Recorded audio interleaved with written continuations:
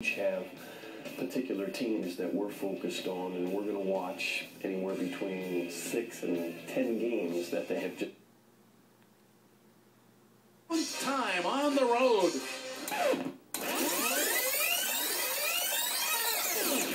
We each have particular teams that we're focused on, and we're going to watch anywhere between 6 and 10 games that they have just completed to put together a game plan.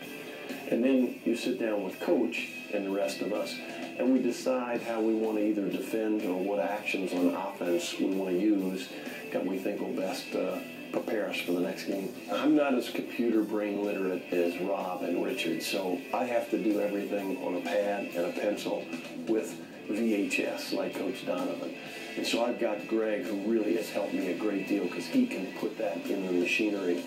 And then at the end, after 6, 7 games, we've got a pretty good idea of what the key actions are that a particular team is running. As far as scout process, we record everything we can. Obviously, if it's an opponent game, we have it. Then we'll break it down. One of these guys will log it and have it all cut up for the scout coach. The scout coach can go through, pick the edits, the clips that they want for their specific edit, and then we put the edits together for the team. They condense so much time that we put in, and they give the guys exactly what they do need, and they try to eliminate what they don't need to see. And a lot of times I think we as coaches, we tend to want to put everything out there because we're a little paranoid. What if we forgot something? But I think the most important thing, at least from our staff's viewpoint, is what do the players, what do they have to know? What must they do in this game? Not every possible scenario that's going to take place. They're physical, they'll rack you in the lane, and they are definitely a good loose ball team. On offense, they're very dangerous. Why? Because all 3 of their starting perimeter players are streaky from 3. At this time of the year, we're going to spend at least half of our practice time on our opponent now, whether it's offense, defense, or special situations.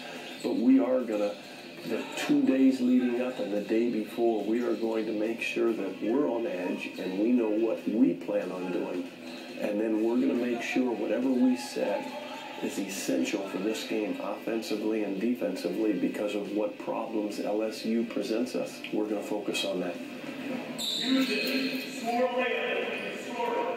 Immediately ball straight. Bring it to it. And now we got the double on the help side. Coach down there.